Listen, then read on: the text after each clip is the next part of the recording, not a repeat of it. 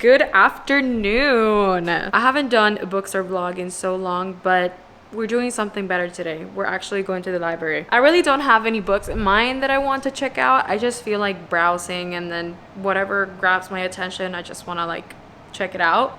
Yeah, let's go. Oh God.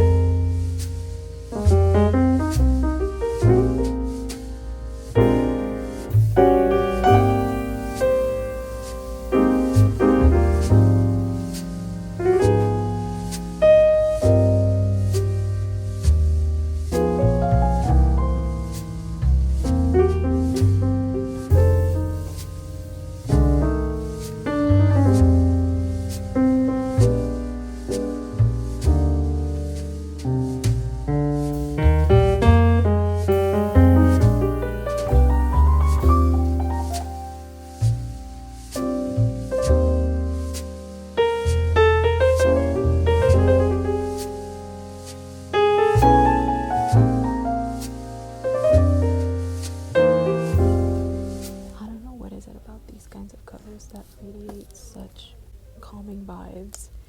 Like, it's so soothing, and I just want to read all of them without even knowing what they're about.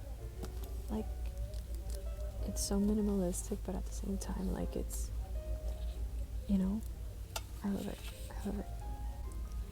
Anyways, I put back Bridgerton because I wasn't really feeling it, at least not yet. So I decided to pick up Golden Girl by Ellen Hildebrand. Of course. I haven't even read Swan Song yet, but this one has been calling my attention a little bit more, so we'll see.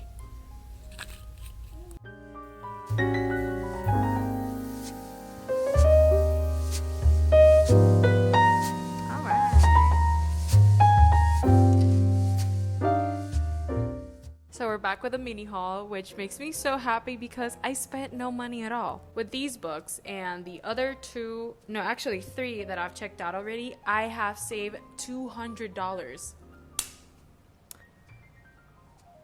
That's insane. I just think about how much my bookshelf is worth back at home.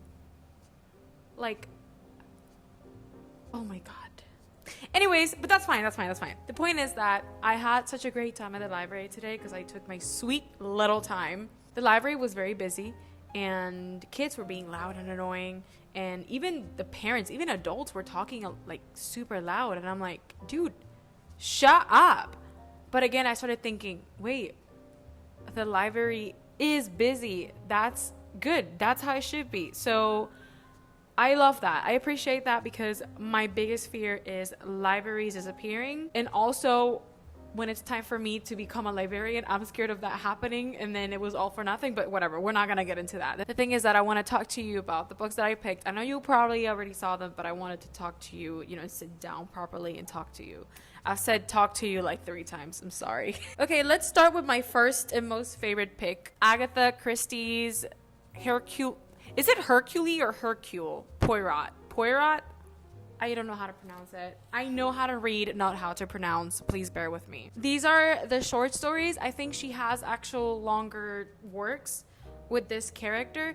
And I know I haven't read Miss Marple's first novel. I don't know why this one grabbed my attention so much. And since they're short stories, I think it's going to be easier for me to get into them. So that's why I picked this one.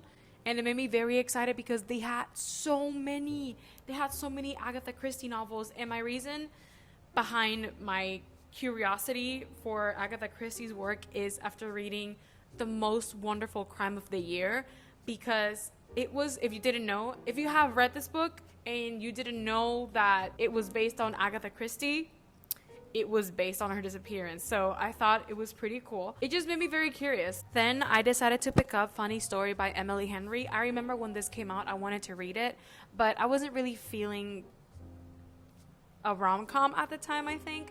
And I did buy Happy Place, but given some circumstances in my personal life, I did not want to read about that, and I still don't. I don't think I'm interested, so I decided to just give this one a chance instead. I have never read a single Emily Henry novel, now that I think about it. So I really hope I like this one as my first impression. Then, of course, I ended up picking up Golden Girl by my goat. I have so many goats. I do have Swan Song, but it's within her Nantucket series, and it's the 4th book. I know I can read them as standalones, but something tells me that I just kind of want to start always from the beginning.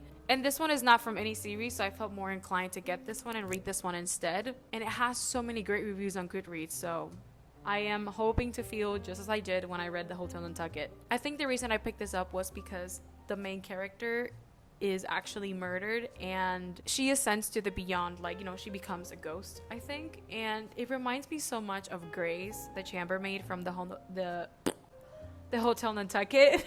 And I have so much love for that character that, I don't know, I just felt connected to this one as well before even reading it. So let's see if I actually get to read it. And then last but not least, City of Ashes, the 2nd book in the Mortal Instruments. Yeah, the Mortal Instruments. Here, listen. I know how I reacted in my reading vlog of the 1st book. I think I'm over it. I'm over that ending. I think I'm ready to move forward. I don't know if I'm gonna read this now. It'll probably be read by August because this gives me more like fall vibes. And a lot of classmates of mine have told me that just to keep going in the series because it just gets even better. Like, the Mortal Instruments might feel like a fever dream, they said, but the ones after that, like the Infernal Devices and the other ones, like, they are absolute masterpieces according to them. So I want to see if I'm gonna end up agreeing or not. And just in case you haven't watched my previous video, I am currently reading Yesteryear. I have also borrowed this from the library. I'm kind of enjoying it and I'm very entertained, that's for sure.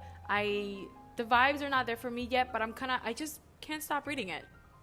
I have no possible resolution prediction in mind. A lot of people say that, you know, just keep pushing through. Somebody on Goodreads told me to not DNF it. I was about to DNF it, not because I hated it, but because it was just not giving for me. But as I keep reading and it jumps back and forth in the timeline, I'm kind of intrigued, so I will keep going. Although I am taking my sweet time with this one because there are some things that just make me want to stare at a wall. Especially the concept of the reality of motherhood. I am not a mom, but, you know, being surrounded by women, growing up surrounded by a lot of women, it's something that, you know, like, I feel for them. So that's why sometimes, like, you know, the loss of, you know, that girlhood, that becoming a mother, it's like a, you know, it is an act of selflessness. Like, you have to let go of your identity and your own needs to, you know, take care of this new life. I'm probably yapping out of my ass right now, but that's the way I see it. And I think that's the reason I don't want to be a mom, like the loss of an identity. I know other women might argue that, you know, that doesn't have to happen, but it's just one of the many reasons why I don't want to go through that path. So I would rather be an auntie. Thank you very much. So yeah, that is all I have for you today. I hope you enjoyed watching this mini vlog. I couldn't vlog as much as I wanted because, you know, I wanted to protect the privacy of the people who were there. Oh no, he's gonna go. He's gonna leave. We're back. But yeah, whatever. I hope you enjoyed this video. I will see you in the next one. Bye.